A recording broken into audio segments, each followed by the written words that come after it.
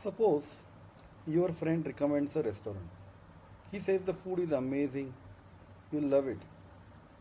You go there, the food is terrible. Was your friend lying? Probably not. Was he wrong?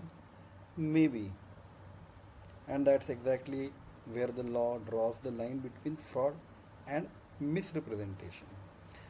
Hi, I am Prasad. In our last episode, we discussed fraud, and the key ingredient in fraud was intention to deceive. Today, we look at something much more subtle.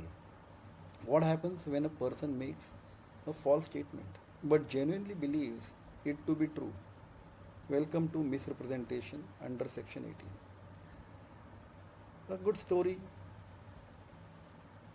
Imagine you're buying a house. The owner proudly tells you this house had never had any structural problems, and he genuinely believes that.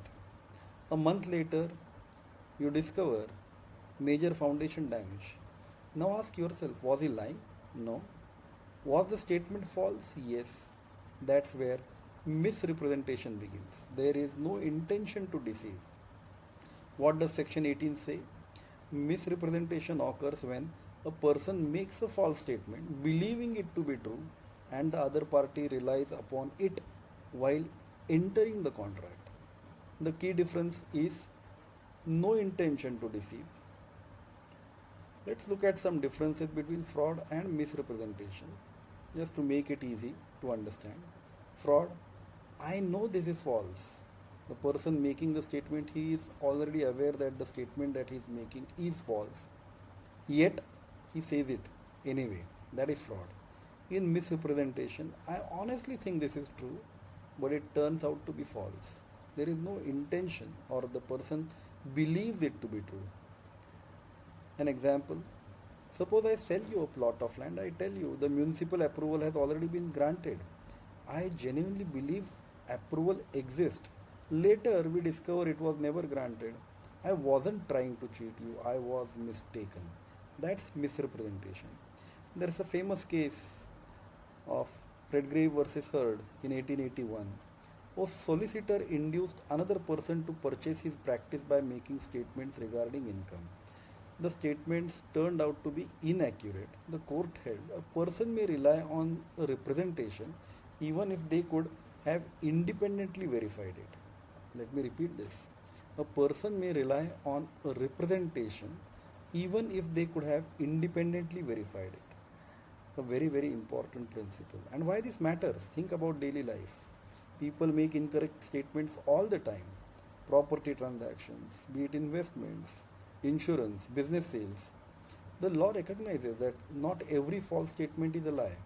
Some are simply honest mistakes. But what are the legal consequences of a misrepresentation?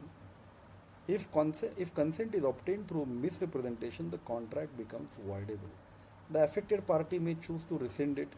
However, unlike fraud, the element of deliberate dishonesty is missing. Whenever you see a false statement plus an honest belief, think about misrepresentation. Whenever you see a false statement plus intention to deceive, think about fraud. This single distinction can fetch you significant marks. One thing I love about contract law is its fairness. The law doesn't treat every mistake as a dishonesty. It recognizes something very human. People can be wrong without being dishonest, and that's exactly what Section 18 is all about. A quick recap. Misrepresentation is a false statement, an honest belief, no intention to deceive, consent affected, the contract becomes voidable. Every lie is a false statement, but not every false statement is a lie. I hope you found this useful. Share it with a fellow law student, and in our next episode, we will look at mistake, when both parties are wrong and the contract itself begins to collapse. Until then, keep learning, keep questioning, and keep listening. Thank you.